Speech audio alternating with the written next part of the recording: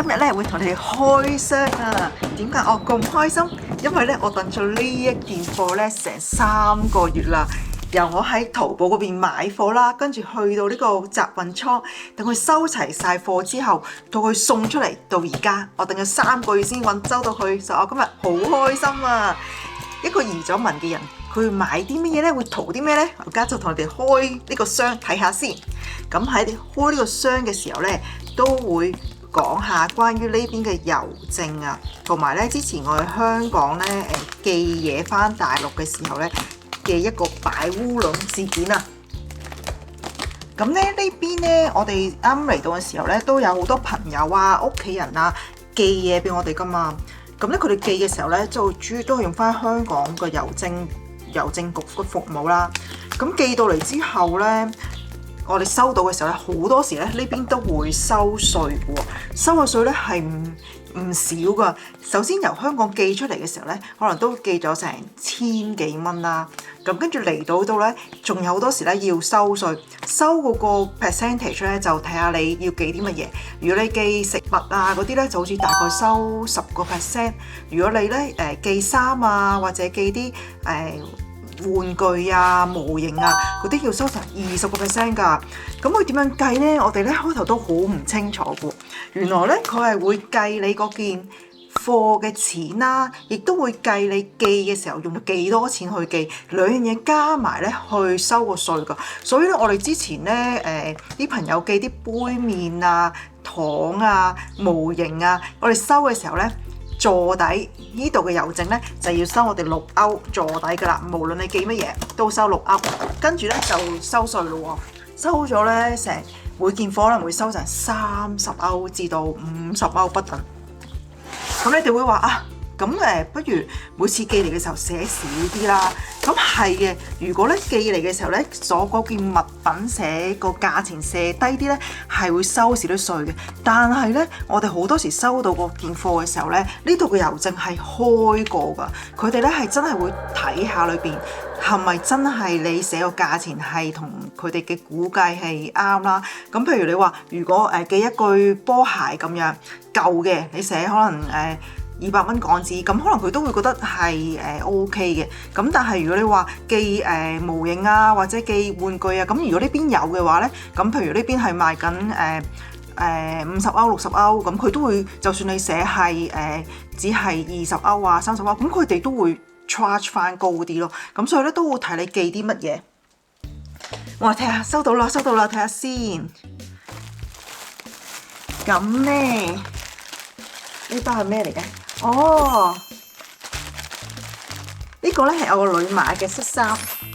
咁當然啦，喺淘寶買就平好多。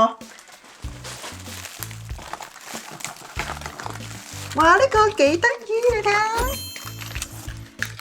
呢個咧係買俾我老公嘅，佢咧嚟到呢度之後咧就變咗廚神啦，成日都會整蛋撻，你幾靚。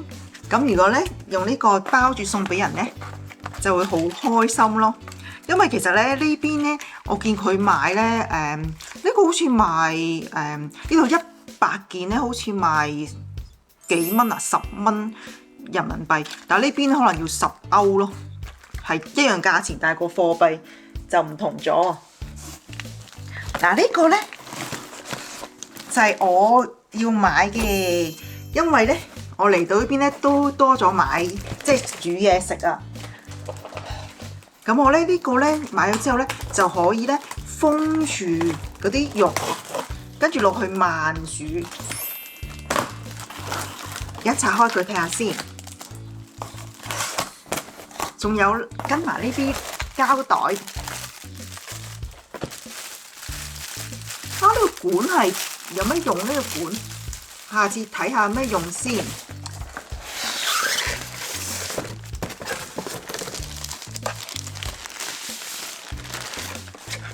哇，幾靚！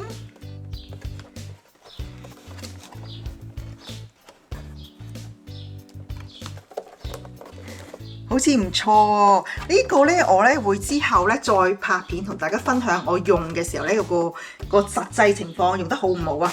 咁同埋呢支管咧，哇！呢個都係呢邊可以用嘅插頭嚟嘅喎，幾好喎，唔使換插頭喎。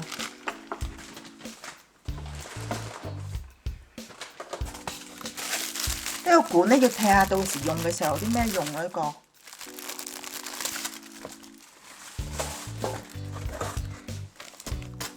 呢啲咁嘅真空膠袋咧，我之前見到啦，喺度買咧係大概20個咧就要成10歐噶啦，但係我而家呢一個咧100個咧先至咧係30幾蚊人民幣啫，超抵啊！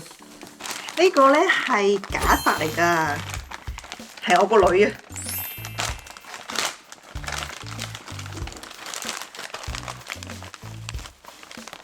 佢咧買啲嘢咧係因為佢10月份咧想去參加一個cosplay 嗰啲活動啊。咁呢邊咧都好得意㗎，佢哋咧都好多時有 cosplay 嗰啲活動啦，一年咧都有2次左右㗎。但係咧我唔知道佢哋嗰啲人咧要 cosplay 咧買嗰啲道具咧，其實喺邊度買？佢哋應該唔會淘寶㗎嘛。但係我喺街度咧好少見到呢啲賣㗎喎。唔知佢哋係咪都有啲其他地方，但係一定咧肯定貴咯，肯定唔會好似淘寶咁平咯。你睇下，就係裝呢啲蛋糕同埋蛋撻嘅盒啊。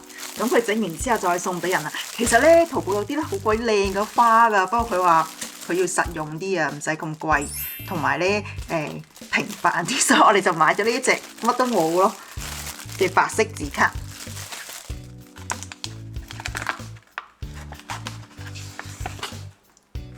係嗰個箍啊，都係我個女啊。佢咧話 cosplay 要扮乜嘢？扮一個咧一套卡通片，嗰套卡通片裏邊咧唔係啊，佢唔係話卡通片啊，佢話叫 anime 嘅。咁佢咧嗰套 anime 裏邊咧就係嗰個全間學校咧嗰啲同學咧都係賭錢嘅，邊個咧贏最多錢咧就最高級。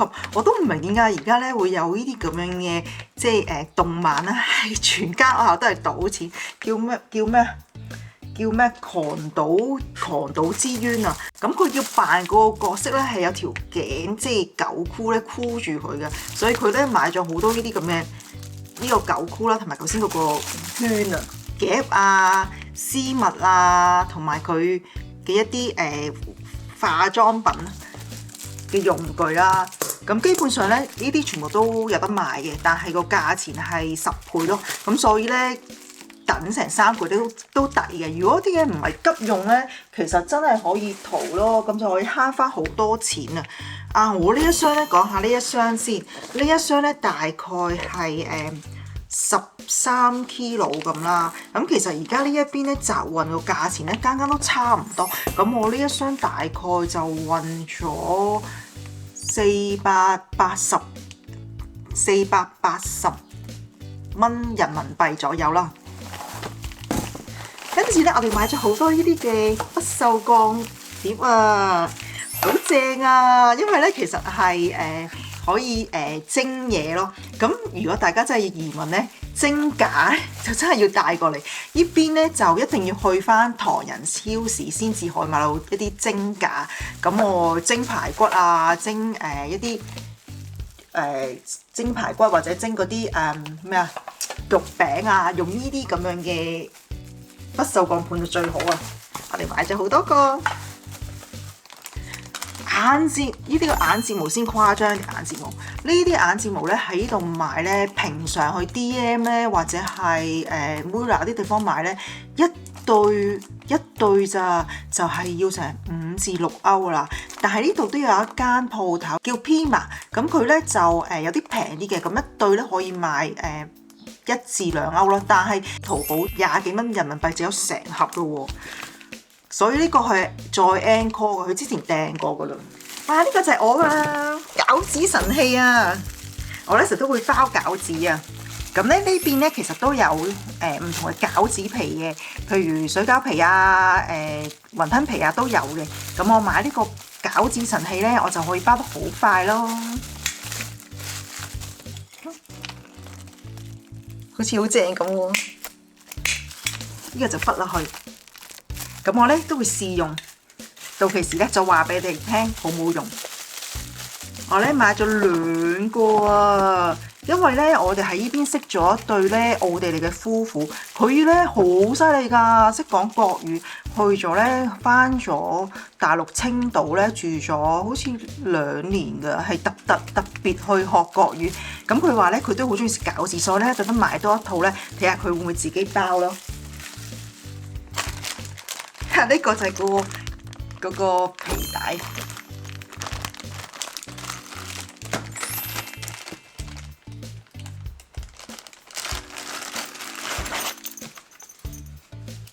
9箍皮帶，我女 cosplay 用嘅。佢條頸邊咁粗啊，搞笑啊真係。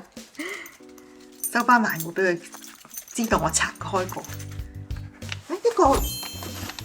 呢個係我嚟壓嗰個麵粉嘅喎。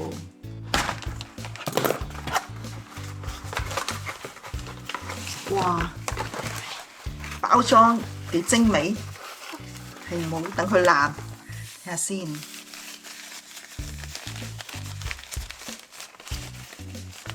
哇！呢個咧可以我嚟整餃子皮啊，咁我唔使出去買，但係咧我未用過嘅，呢個就留翻俾我老公用。佢咧話黑木喎，唔知係咪好特別咧？又冇乜香味嘅喎。咁呢個都要試用下先。哇！呢箱咁大箱，哇！呢箱咁大箱，睇下先。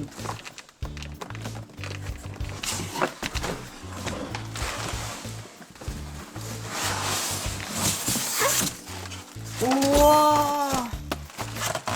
呢個咧我好想要啊，就係咧切肉機啊！我咧係好中意打邊爐啊！咁呢邊咧都可以買到啲咧，即係叫肥牛啊，切咗片嘅肥牛。但係咧我咧自己就唔係好中意，因為有時咧唔知佢啲肉嗰個品質係點樣啦，同埋咧佢雪咗幾耐。咁我中意自己切啊！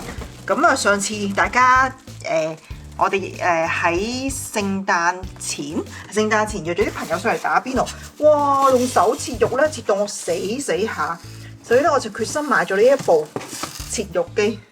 哇！好搞笑啊！佢會送埋個碟啦，同埋個毛巾，咁搞笑。啊！呢個咧就係個。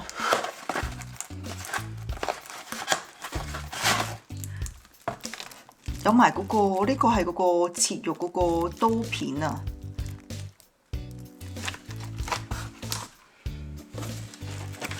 哦，呢個係可能係士啤嘅喎，因為佢本身係有一個嘅喎。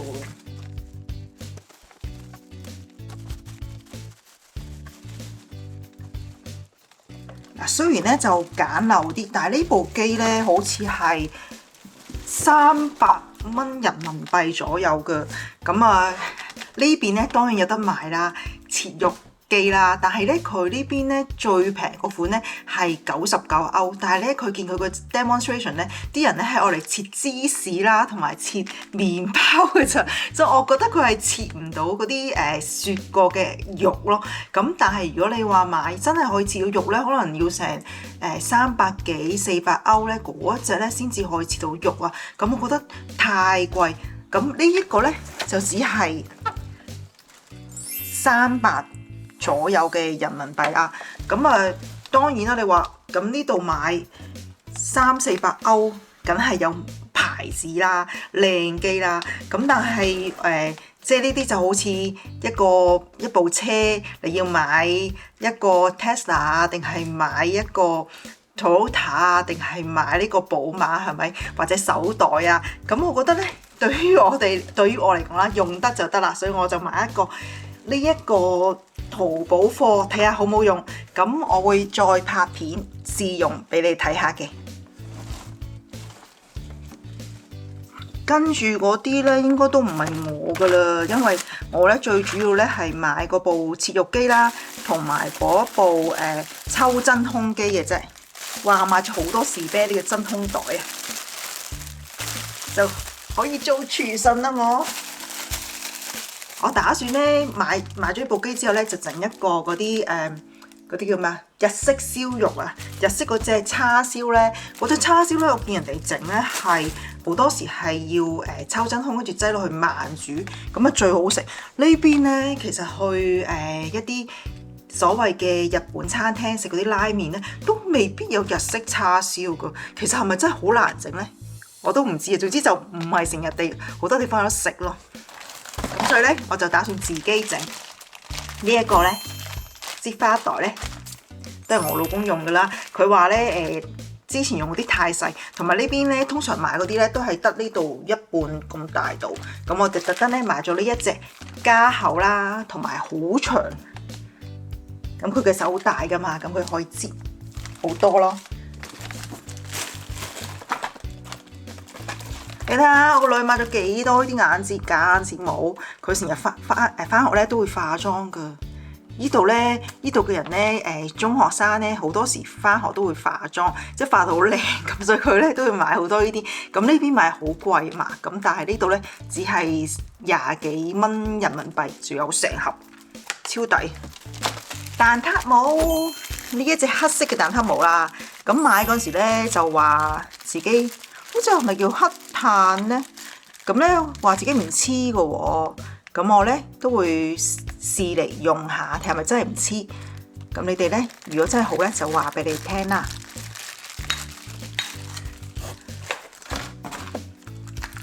擠花嘴，嗱呢度有5個咧好似20幾蚊人民幣，但係呢度咧都有買嘅，一個咧賣2-3歐左右啦，咁所以呢度賣嘅一個價錢咧，其實咧就可以買到5個咯。啊，原來我女仲買咗啲唇膏啊筆喎，呢邊咧賣筆咧都要成2歐一支左右噶，但係佢好普通噶，真係一定唔會買到呢啲咁靚嘅筆咯。佢哋呢度咧用嘢咧好，點樣講啊？好平實嘅，即係唔會話貪靚嘅，佢哋只係functional 好就得噶啦，唔似得咧，我哋成日都希望個外表好靚咁。呢啲全部都係我女啲化妝品啦。如果佢用得好咧，我都會分享俾你哋嘅。耳環咧呢邊都賣得好貴噶。佢哋嘅小朋友啊，或者中學生咧，可能就好中意去一間叫 Kara 呢一個咁樣嘅耳環咧，要成6-7歐啦，有啲去到10幾歐啦。咁我成日都會話買3送3嘅，咁你就即係老屈你要買6件嘢咯。但係我都覺得偏貴啊，就係咁多啦，冇晒咯。咁我之後咧主力咧都係會試頭先嗰部切肉機啦，之後你會拍片試用呢個切肉機、抽真空機。咁如果你哋有興趣咧，就快啲訂閱我，我之後出片咧，你哋就會睇到啦。咁如果有啲咩其他嘢你想我試用，跟住話翻俾你聽，好冇用咧？咁記得留言話俾我聽喎。咁我講翻上次我喺香港寄嘢翻去大陸嘅一個經歷啦。咁呢個係一個錯誤示範，咁大家就唔好好似我咁。咁其實我哋之前咧買咗呢啲淘寶嘛，咁就諗住咧將咧我哋上次移民之前留低咗香港冇寄嘅嘢，諗住寄埋過嚟，一次過寄埋過嚟啊！咁因為咧頭先講啦，喺香港寄嘢過嚟咧，咁佢一來要收稅啦，二來咧佢個郵政咧係比較貴嘅。咁我哋諗住就將嗰啲一啲舊嘅物品咧，先寄翻去大陸嘅集運倉，跟住就連埋啲淘寶嘅物品咧，就一齊寄過嚟奧地利，咁就可以平好多。同埋咧，佢喺大陸用用一個鐵路運咧嚟到呢邊咧係唔使收頭先講話啊嗰個6歐嘅基本費用，同埋咧都唔需要打稅嘅，所以咧就實惠好多咯。同埋嗰個價錢咧就可以更加你預測到啊，唔會突然之間話收你成30-40歐嘅稅項啊嘛。咁我打算就咁樣做嘅。咁咧我哋運之前咧其實都有問過呢個集運嗰個老闆咧，其實係 O 唔 OK 嘅。咁佢當時咧就話其實都冇問題嘅，應該可以運，可以做到。咁我哋就寄翻上去啦。寄到上去之後咧，點不知就俾上邊有個海關咧就卡住咗，咁咧佢就需要我哋俾翻一啲叫做收據俾佢啊，咁佢梗係冇，因為我哋香港寄翻嗰啲係我哋之前寄漏咗嘅，即係移民之前寄漏咗嘅嘢嚟噶嘛，全部都用過嘅嘢啊，全部都係舊嘅嘢，即係啲碗碗碟碟啊，或者袋啊、地氈啊咁樣，咁佢邊有單啫係咪？咁於是咧就基本上就俾唔到佢，咁啊嗰個集運老闆就話啊，不如我哋上淘寶嗰度揾啲類似嘅嘢啦，咁就跟住就cap 翻張圖話俾佢知大概價錢啊，因為其實海關卡住咗，佢主要係因為想打稅啊嘛。